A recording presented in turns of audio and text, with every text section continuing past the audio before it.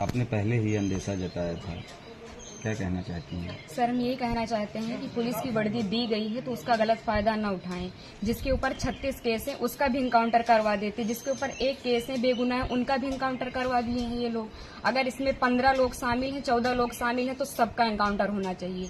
ये जो दिखाते हैं ना, ये कानून वास्तव में अंधा है, कोई इंसाफ नहीं मिल रहा है। हम लोगों के ऊपर क्या बीत रही है, हम लोगों की माँ भी नहीं है, पिता हैं हमारे बड़े भाई थे। अगर हमारे पिता कुछ हो गया तो हम लोग सारे कौन थे? हमारे भाई ही तो थे। उन लोगों ने उनका भी बेरहमी से इनकाउंटर कर दिया। हम यही चाहते हैं कि सबका इनकाउंटर हो, इंसाफ मिले।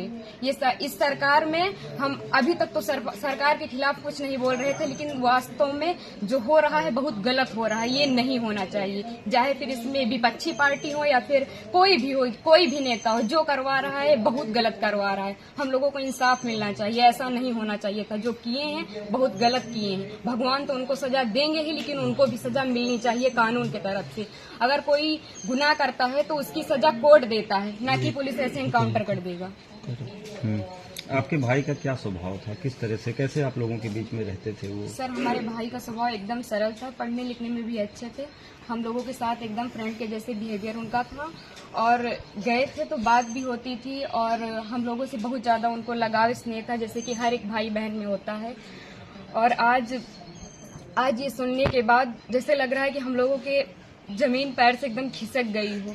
जो कानून ने किया उनको ऐसा नहीं करना चाहिए। अगर वो मिल गए थे, झूठ ही दिखा रहे हैं कि फायरिंग हुई, मुठभेड़ हुआ। अगर कोई छिप रहा है डर की कि हमारा एनकाउंटर ना हो जाए, तो ये झूठा अफवाह क्यों फैला रहे हैं कि फायरिंग हुई, मुठभेड़ हुआ? कुछ नहीं हुआ। उसमें फिर पुलिस को भी मरना चाहिए था ना, पुलिस का एनकाउंटर क्यों नहीं हुआ? आखिरी बार कब आए थे आपके भाई? आखिरी बार 3 जून को आए थे, 4 जून को उनका टिकट था, वापस चले गए थे सूरत, वहीं रहते थे। तो क्या एक साजिश तहत आपके भाई की हत्या हुई है? स्टेप ने कराया? और इसमें जो विपिन सिंह है और जो विनय शुक्ला हैं, वो हमारे घर पे आए थे, 3-4 बार आए थे, और हमारे भाई पढ़ाई करते थे। अभी तक हम ये सब बयान नहीं करना चाहते थे, लेकिन अब हम एकदम सच्चाई बता रहे हैं।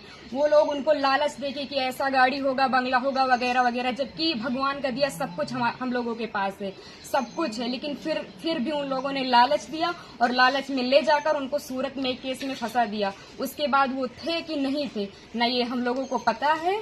ये तो सिर्फ जिन लोगों ने करवाया उनको पता है, विपिन सिंह और विनय शुक्ला को, और या तो भगवान को पता है वो सच था कि झूठ था। अब तो इनकाउंटर कर ही दिए हैं, जीवित तो कर नहीं सकते हमारे भाई को।